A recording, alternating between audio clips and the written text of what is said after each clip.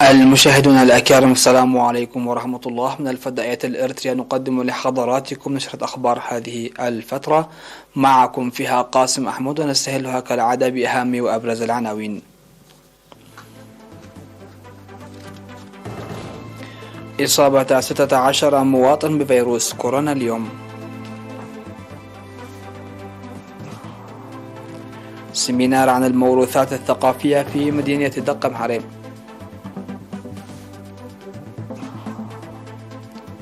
تطور الخدمات الصحية في الإقليم الأوسط. حداد وطني ببوركينا فاسو بعد مقتل العشرات في هجوم دامي. روسيا تجري مناورات عسكرية في شبه جزيرة القرم. وإلغاء أكثر من 7000 رحلة جوية عبر العالم خلال عيد الميلاد. أهلا بكم إلى تفاصيل النشرة. أعلنت وزارة الصحة بأن الفحوصات المخبرية التي أجريت اليوم في مراكز الفحص في الإقليمين الأوسط وشمال البحر الأحمر قد أظهرت إصابة 16 مواطن بفيروس كورونا، وظهرت 15 من الإصابات في الإقليم الأوسط، 4 في وسط المدينة و2 في باراديزو، واحدة في كل من 4 أسمرة وغازا كنيشا وغيرمي ومباغليانو وغودايف ومايتمناي وطبا، ومصابان قادمان من دباروا والضعيح. في غضون ذلك شفي 3 مرضى كورونا في الإقليم الأوسط، وبهذا بلغ عدد المصابين فيروس كورونا في البلاد حتى الآن 7902 شفي منهم 7661، وتوفي 73 مريضا، فيما لا يزال 168 من المرضى يتلقون العلاج بالمستشفيات. وزارة الصحة 27 من ديسمبر 2021. نظم قسم الثقافة والرياضة في الإقليم الجنوبي سيمينار حول الحفاظ على الموروثات الثقافية في مدينة دكم حرم بالتعاون مع مكتب الموروثات الأثرية في مفوضية الثقافة والريادة ومشروع آثار أسمرة. وعلم بأن السيمينار المنظم يومي 22 و23 من ديسمبر بمشاركة المؤسسات الحكومية والأفراد الذين باستطاعتهم المساهمة للحفاظ على الموروثات الثقافية سيكون له دور في الدراسات التي تجري مستقبلا. وأوضح مسؤول قسم الآثار في مفوضية الثقافة والريادة الدكتور سقاي مدينة أهمية الثقافة والموروثات الثقافية، وقال إن الإقليم الجنوبي يمتلك الكثير من الآثار التي لم تكتشف بعد، ومن المهم المشاركة الواعية للمجتمع لحماية الآثار وتوثيقها. وذكر أن الموروثات الثقافية تحوي المواد المادية وغير المادية، مشيرا إلى أن الحكاوي الشفهية والتعدد والآثار والمباني الأثرية والأماكن التاريخية وغيرها تعكس التاريخ والهوية، فضلا عن دورها الكبير لتقوية الازدهار الاقتصادي للوطن والشعب.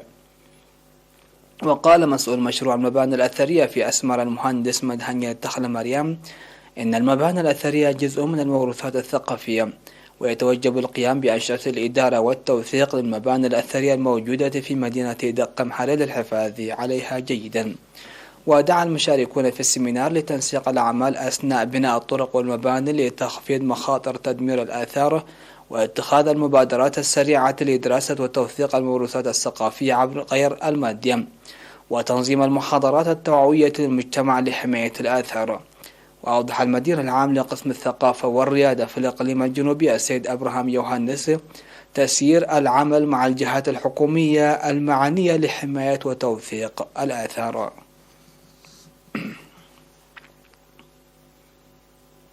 أعلن مكتب وزارة الصحة في الإقليم الأوسط تطور الخدمات الصحية في الإقليم نتيجة المساهمة النشطة للكادر الصحي ووعي السكان.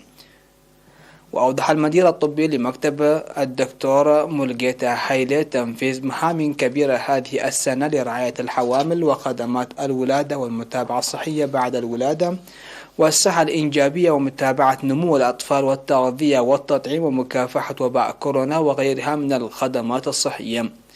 وأشار إلى ارتفاع نسبة التطعيم ضد 13 نوعا من أمراض الأطفال والولادة في المؤسسات الصحية. وذكر وجود 9 عيادات تنشط لعلاج السل الرئوي وتأهيل 70 كادرا صحيا ينشطون في القرى البعيدة عن المؤسسات الصحية ليسهم ذلك في بلوغ نسبة شفاء مرضى السل إلى 92%. وقال أن الإصابة بمرض الإيدز انخفضت من 0.49% إلى 0.33%، وتعظيم أدوية الإطالة للمصابين بالمرض.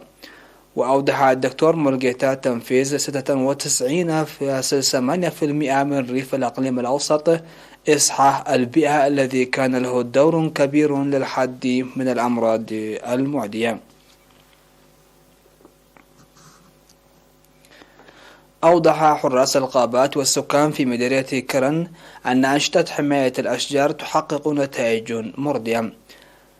وأوضح السيد فسحة ولدو والسيد عجل محمد درماس الناشطان في حماية الأشجار والحياة البرية وجود أشجار معمرة لأكثر من 100 سنة نتيجة ثقافة الحماية.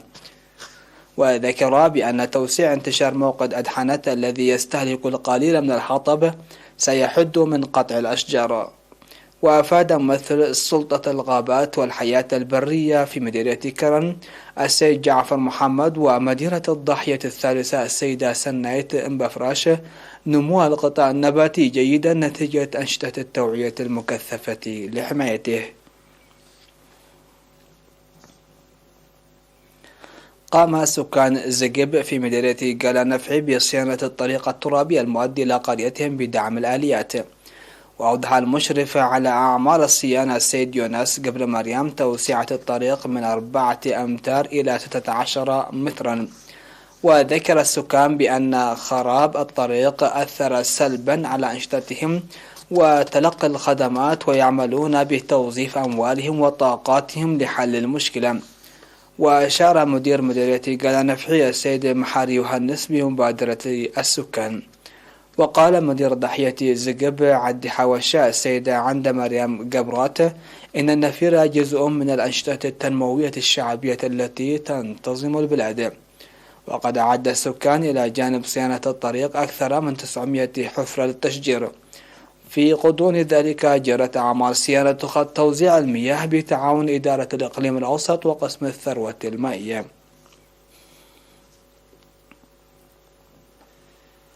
وجهت دعوة في فرو للدفع بعملية تجمع القرى المتناثرة في الأنحاء لتقوية العملية التعليمية. وأوضح مدير مدرسة يعالي في ضاحية قبقب وسانا الأستاذ إبراهيم عمر ارتفاع المشاركة في التعليم خاصة الطالبات، غير أن معظم الطلبة يأتون من أماكن بعيدة وأن تجمع القرى كان ليسهم في نتيجة أفضل، مشيدا بمساهمة سكان الضاحية لإنجاح العملية التعليمية.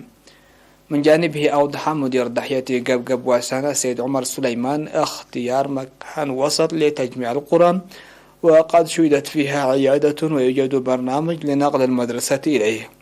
وتوجد مدرسات في يعالي وسالمة في ضاحية قبقب وسانا التي تأطنها 435 أسرة.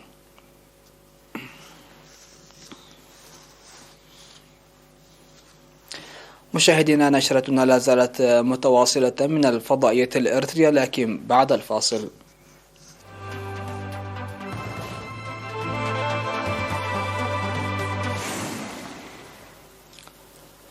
أهلا بكم. على الصعيد العالمي، أشار السلطات بوركينا فاسو إلى مقتل 41 شخصا من مدنيين وعسكريين في هجوم نفذه جهاديون في شمال البلاد التي أعلن رئيسها روش مارك كريستيان كابور حدادا وطنيا لمدة 48 ساعة.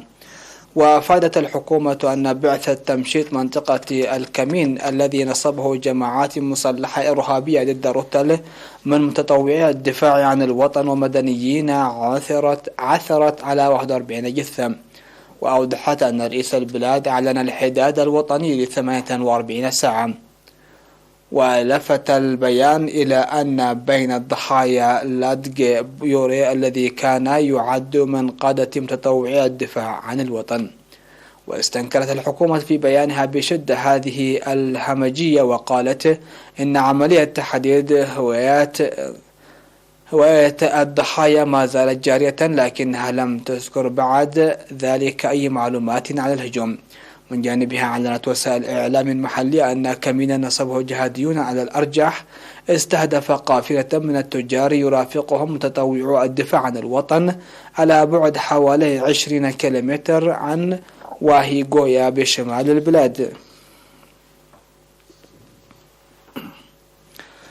أطلقت روسيا مناورات عسكرية جوية في شبه جزيرة القرم التي ضمتها بالقوة عام 2014 بحسب ما أفادت وسائل إعلام رسمية. وذكرت وكالة انترفاكس الروسية نقلا عن المنطقة العسكرية الغربية الروسية أن المناورات الحربية في القرم تركزت على ضد هجوم جوي ضخم يشتبه العدو، ويشارك في هذه المناورات نحو 1000 عسكري روسي. وتتمركز في شبه جزيرة القرم قوات عسكرية روسية بينها كتائب دبابات وأنظمة صواريخ.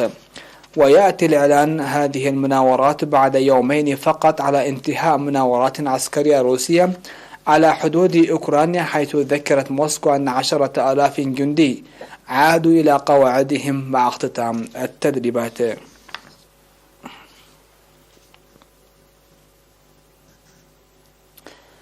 تسبب تفشي المتحور أوميكرون شديد العدوى في إلغاء أكثر من 7,000 رحلة جوية حول العالم، لا سيما في الولايات المتحدة والصين خلال عطلة عيد الميلاد، وتأجلت آلاف الرحلات الأخرى.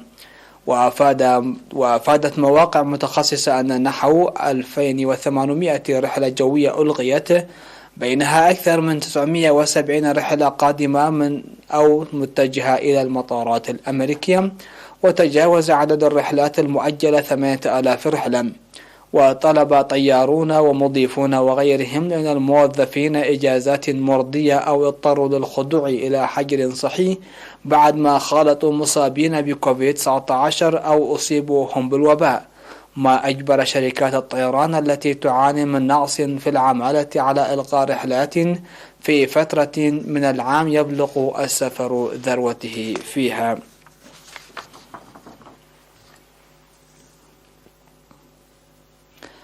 ارتفع عدد ضحايا الفيضانات التي تضرب ولاية باهيا البرازيلية شمال شرق البلاد إلى 18 شخصا، كما أعلنت السلطات، في حين أجبرت السيول 35,000 شخص على النزوح. وأعلن جهاز الحماية المدنية في باهيا نزوح 19,580 شخصا، بالإضافة إلى 16,000 آخرين يبحثون عن مأوى، مما يرفع حصيلة النازحين إلى 35,000. كما أعلن الجهاز إصابة 286 شخصا بجروح منذ بدء هطول الأمطار الغزيرة وفقدان شخصين. وتفاقم الوضع بسبب الأمطار التي هطلت على المنطقة خلال الساعات الماضية، حيث تأثر أكثر من 430,000 شخص وفقا للتقديرات. وجرت عملية مشتركة أطلقتها حكومة ولاية باهيا والحكومة الفدرالية بمشاركة أفراد ومروحيات ومعدات لإغاثة آلاف السكان المحاصرين بسبب الفيضانات بالتعاون مع ولايات أخرى.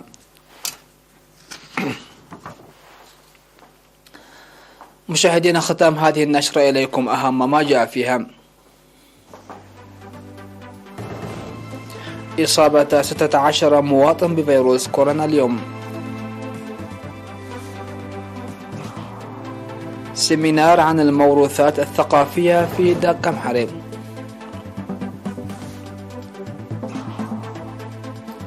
تطور الخدمات الصحية في الإقليم الأوسط. حداد وطني ببوركينا فاسو بعد معطل العشرات في هجوم دامي. روسيا تجري مناورات عسكرية في شبه جزيرة القرم. وإلغاء أكثر من 7,000 رحلة جوية عبر العالم خلال عيد الميلاد. انتهت النشرة. شكرا لحسن الاستماع والمتابعة، ودمتم في أمان الله.